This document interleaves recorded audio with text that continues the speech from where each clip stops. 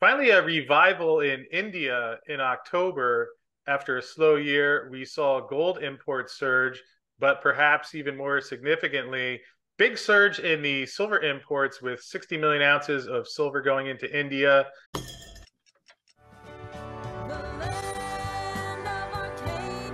Well, hello there, my friends. Chris Marcus here with you for Arcadia Economics, one day before Thanksgiving. And before we get started, would like to wish everyone out there, especially in the US, a happy Thanksgiving. And also people around the globe who are watching, even if you don't celebrate, hope you're getting set for a nice, restful day and appreciating the things that are going well in life. And hope everybody is out there staying safe and well. And before we take a little break this week, we'll be off on Thursday and Friday. But before we do that, we are going to dig into the silver markets and gold markets again with Steve Cope of Silver Viper and try and make some sense out of what is happening. Where, fortunately, towards the end of 2023, Steve, we're getting a little bit of a rebound.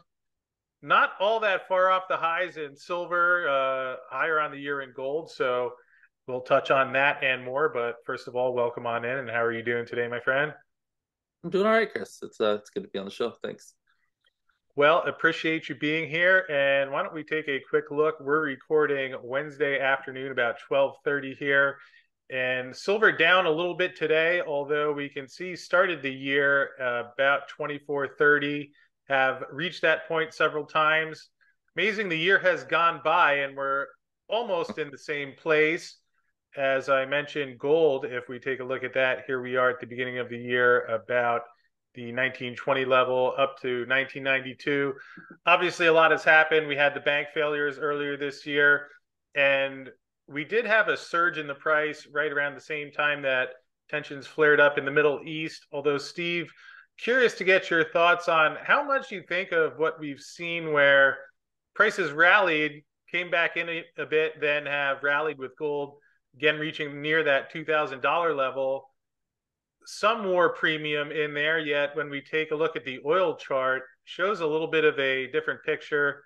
Let's go back 3 months. Here we can see early October, around $90, has come back in quite a bit. So a little bit of a divergence there. And I wonder if this is not all war premium, but just some of the factors that are going on in the treasury market and elsewhere that driving gold and silver. And curious what you've been thinking and seeing as you've watched this the past couple of months. Yeah, I for me actually one of the big day was Monday when I saw gold drop down $15 right at the start of trading and then get back almost a level on Monday. I really thought that was a sign that gold was going to start testing this 2000 level again, and we've since then obviously we've crossed it a couple times. The next day obviously it pushed up over 2000. It seems like it's at that point ready to break out, and we've talked about this in the past, that we predicted as we came into November and the Fed would not raise rates, that this was a time that moving into that we would see gold prices move up, and that's happened. I think we're at the start of that, and obviously I would believe it's going to break out a lot further here over the next few months and year. But no, it's exciting. It's there. There's lots of things happening in the world that continue to be positive and bullish for gold.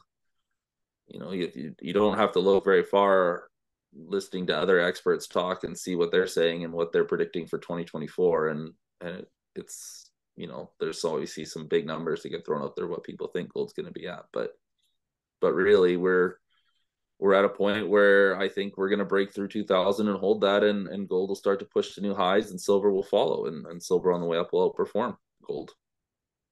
Yeah, I know what you're saying. And there has been some bank research out as we come towards the end of the year talking favorably about gold and silver to a degree.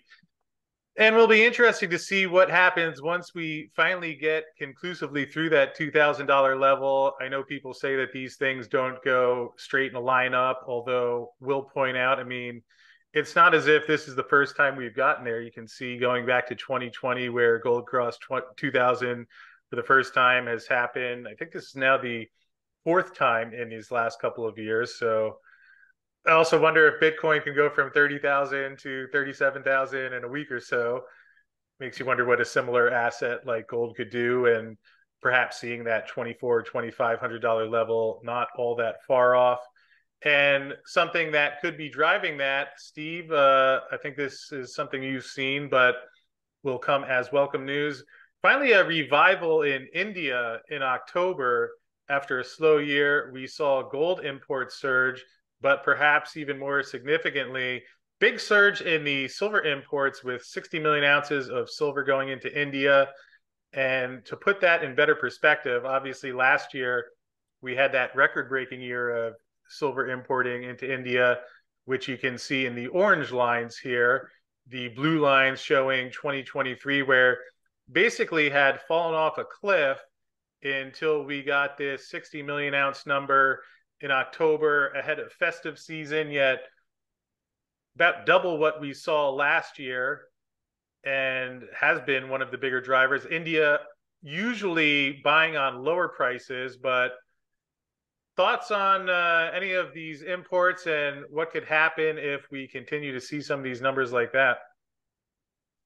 Yeah, I mean it's India's always a wild one because yeah, you never know when they're going to be buying and selling, and what you say they typically like to buy on the dips. I mean China is a big driver on the physical side for both as well.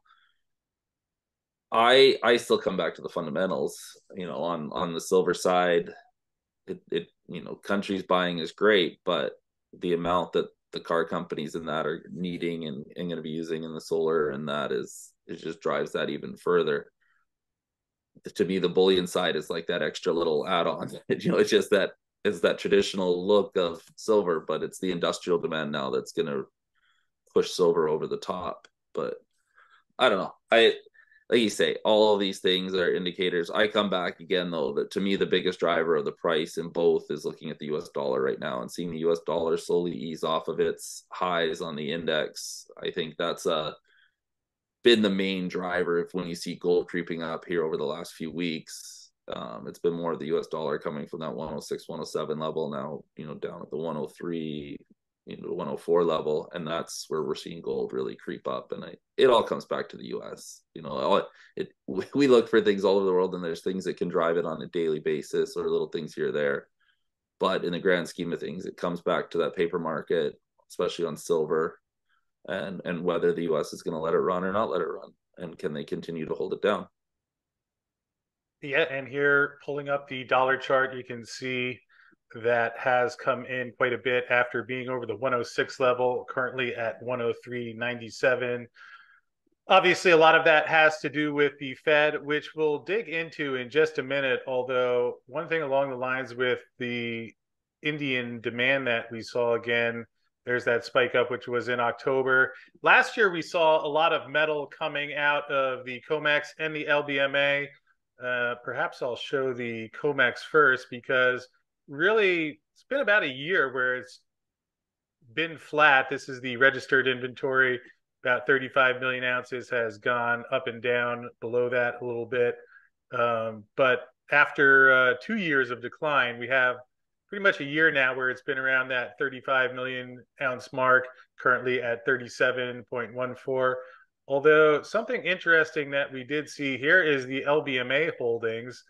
And if we take a look back, we can see there was a similar drop those past 2 years, then stayed flat, was increasing, although did see a 39 million ounce withdrawal. Wonder if some of that was used to fund the imports that went into India. And something that has not gotten as much attention, we continue to see silver come out of the ETFs, Yeah. which the blue line here is showing our ETF holdings. Let's take a look back to the 5 year here. Again, here was that big spike right during the silver squeeze weekend. We've seen metal come out of there consistently, perhaps indicating that there has not been much investment on the institutional level. And I know you're talking with investors on a regular basis. Any thoughts on what you've heard from the institutional side in terms of interest or getting back into the silver market? It would seem like this chart probably paints an accurate picture of what has been going on there, but curious what you've been hearing on that side.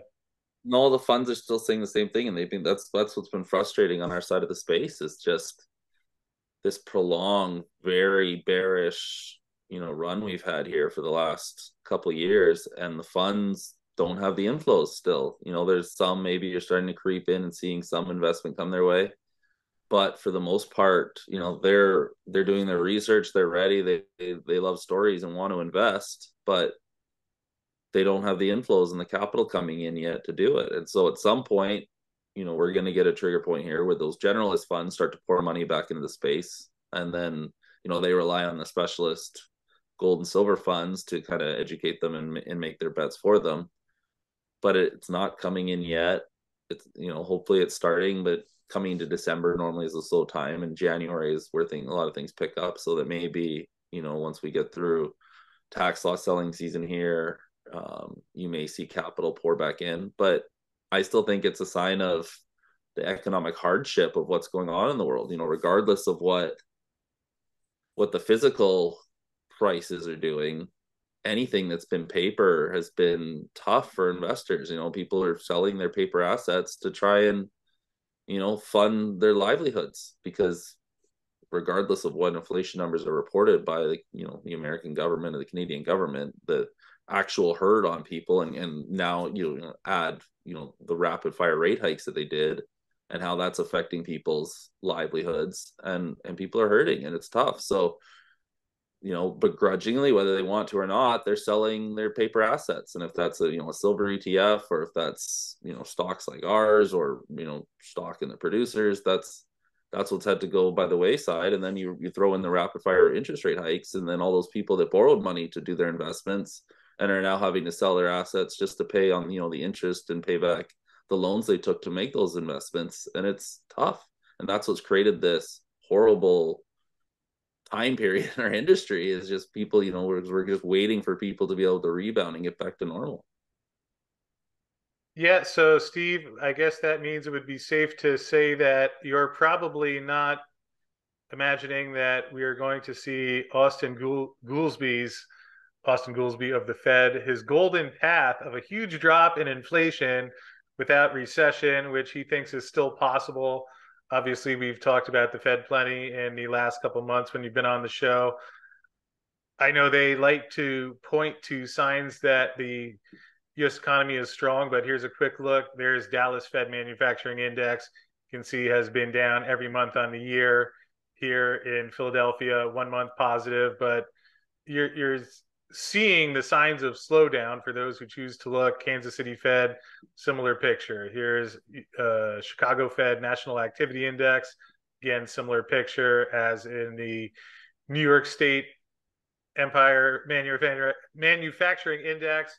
And here's another interesting one, the Leading Economic Indicators Index, that you can see has really dropped off a cliff beginning in last year and throughout this year, which is interesting because as you can see in the gray sections here, do have a pattern of when it falls below zero, gray being the recession. We saw that after .com. We saw that in 2008, saw that in 2020. And I don't, I don't know if Austin Goolsbee is going to be Nostradamus in forecasting a change this time, but seems like we're headed to the same outcome in whether it actually occurs according to GDP figures in 2023 or 2024.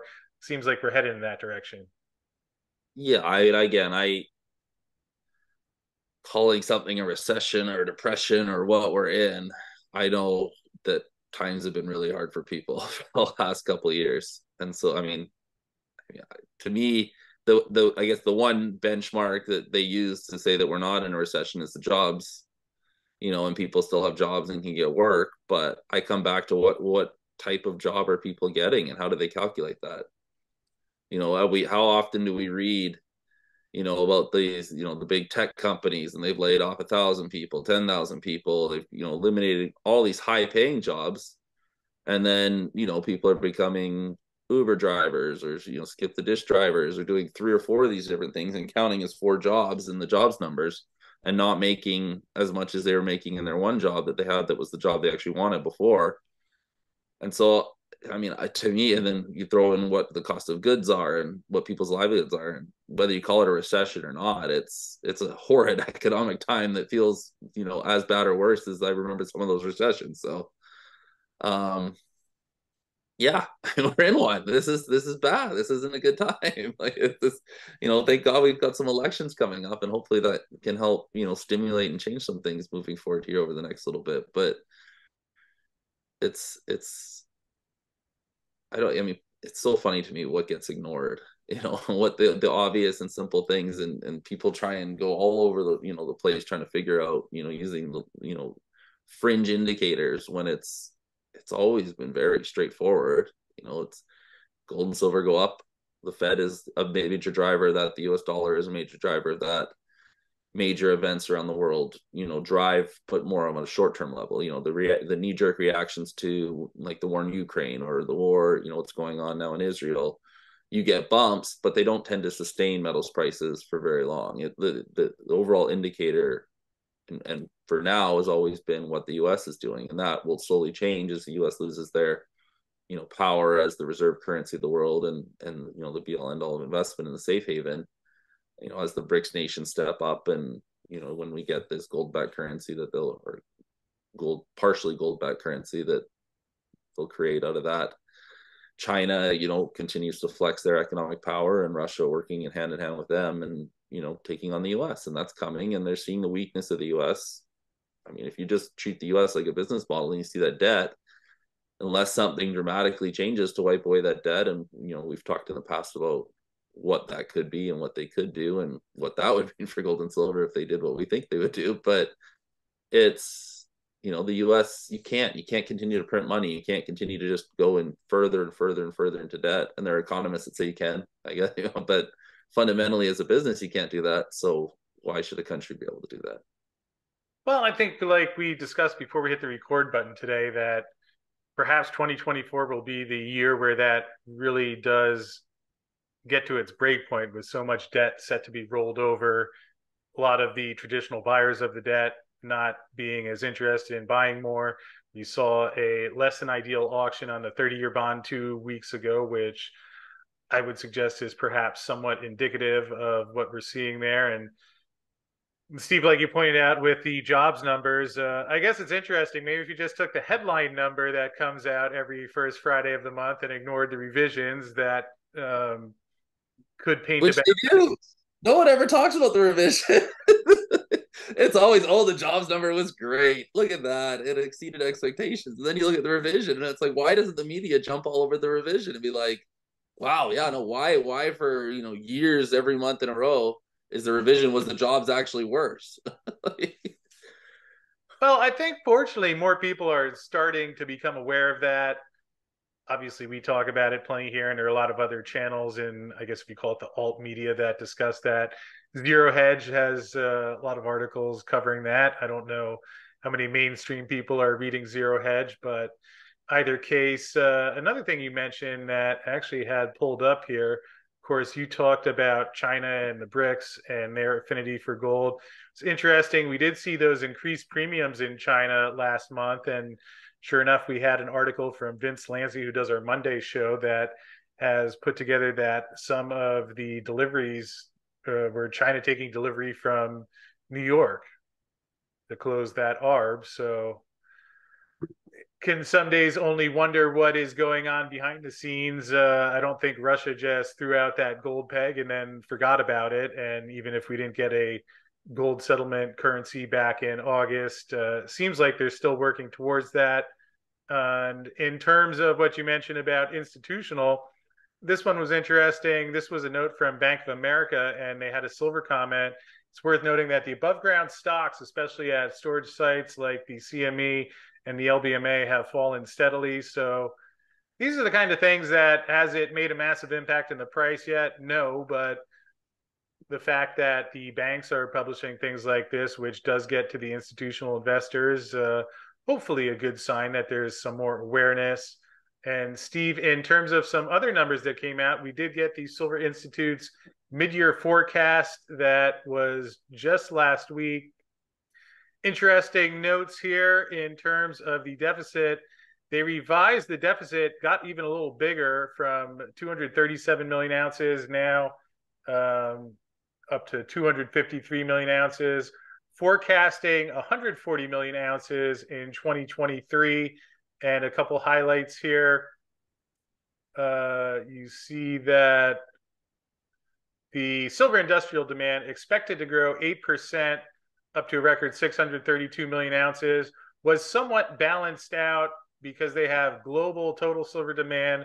They're forecasting a 10% decrease in a bunch of the non-industrial buckets like silver jewelry and silverware, down 22 and 47%, forecasting lower physical investment this year, largely in Germany and India, but Germany where they had that VAT tax that they added to the coins in the beginning of 2023. Though an interesting one, we do see global mine silver production expected to fall 2% this year. And obviously, you and I have talked a lot about the conditions that we have now that perhaps are longer term in effect with not a lot of money coming into the space. But I know you're pretty close to the whole silver mining community as you're on the exploration side, but a part of that. And any thoughts on seeing a projected 2% decrease in mine production and anything we might see going forward? Doesn't surprise me. We've talked about it on every talk that we do. It's just silver's harder and harder to find. I would also point out this backtracking to that physical investment. Like we just touched on the other, I guess, paper that was produced after this because we just saw India buying record, a massive amount of silver, and this obviously was forecasting that India was barely doing anything. So again, I would think that the physical investment side and their numbers in that document would change based on what you showed for India for 1 month there, as they're citing that India, is being deterred by record high local prices, but obviously they weren't. Going back to silver production though, I mean that's been the ongoing thing. Silver is harder and harder to find. Near surface silver, has for the most part been found in the easy areas.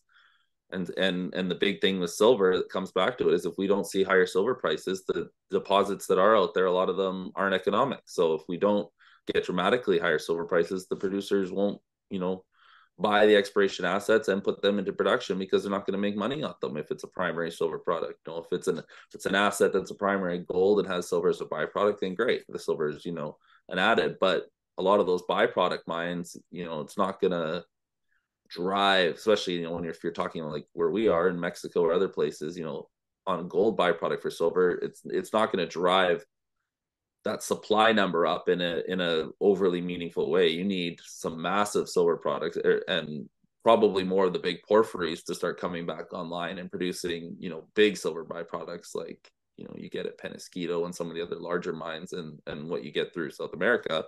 But then we get into the political side of what's happening in South America, and you're not going to see a lot of new big porphyries come online in Peru and Chile where you get a lot of the silver from. So it's a problem, and that's again why we need to see silver prices spike dramatically, and that'll drive an additional wave of exploration to really push through.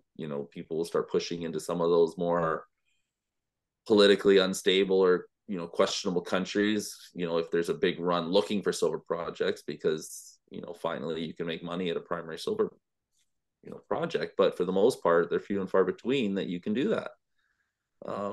And again, why the silver companies have essentially become gold companies. They produce a little bit more silver than the gold companies, but their primary metal that they're producing is gold because that's where they can make money and have been able to make money over the last 10 years. Silver needs a number at least to drive any interest over 30 as far as primary silver and bringing on a lot of the assets that are out there right now that are primary silver. And with inflation and what's gone on, that number is probably, that was probably the number 10 years ago. Never mind what the number probably is now, which would probably even be higher than that. Are there a lot of projects, and I'm not talking about new projects that still have development to be done, but let's say we had silver $35. Are there projects that are ready to come online that have been laying dormant for the last couple of years with the lower price, or is there not much out there that can be turned on quickly? Nothing gets turned on quickly. I mean, there are projects, there are definitely assets that have large silver resources that at $30 silver would get put into production and you'd produce, so they'd be mines that would come online that have large silver resources, but you're not doing that. They're not ready to go. They don't have all the permits in place to say, oh, the second the silver's at this, we can start building our mine. And even if you did, then it's not quick to build a mine. Even if you have your production permit in place and you bring in your crushers and you start laying all your the groundwork for that, you're a year, 2 years minimum to build and get the bigger ones up and running, if not longer.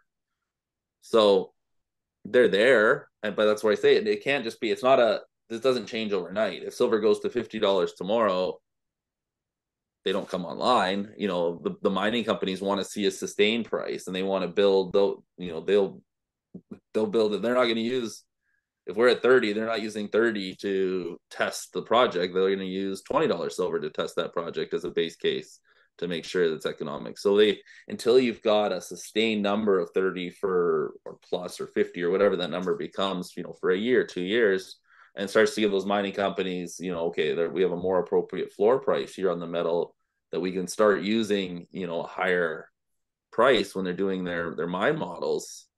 It takes time, and it's going to take a lot of time before they start doing that. But we need to get there, and we need to get there quick to start, to start having them think about raising their min prices that they use in their modeling.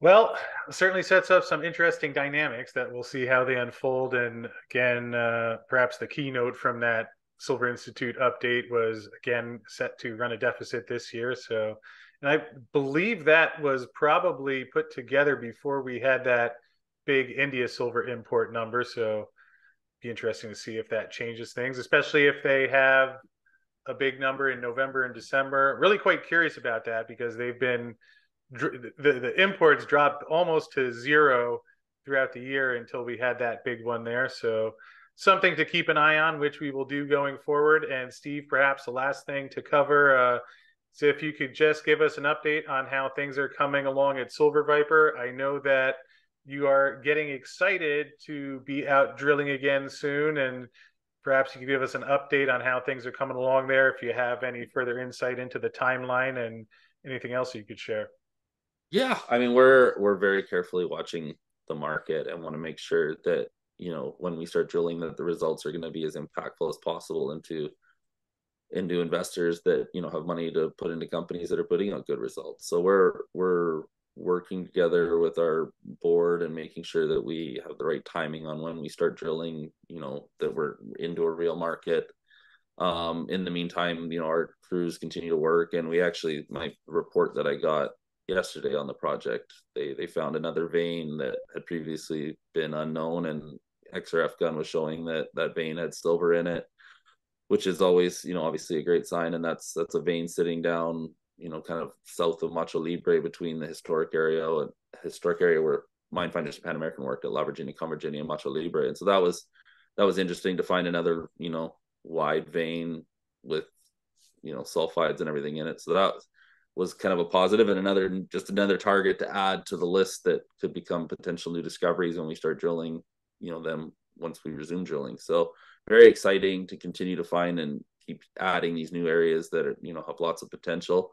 And then obviously our main focus of El Ruby, that will continue to grow the resource there and the open pit resource, as well as developing an underground once we resume drilling. So it's exciting times, and it's a great time for people to invest because these prices are so far below where they should be based on what we already have in a resource and what our grades are and what our recoveries are and everything else that the project has going for it. So it is actually a very exciting time, and I'm very much looking forward to this breaking out in the near future and watching metals prices break out, and then watching that money start to come back into the space to drive the exploration and investment into the juniors that have been beat up here for 2+ years. Yes, I think there's a lot of people who are excited about that. And Steve, obviously, in addition to El Ruby, you've been focusing on Macho Libro, El Molino as two of the potential targets going forward.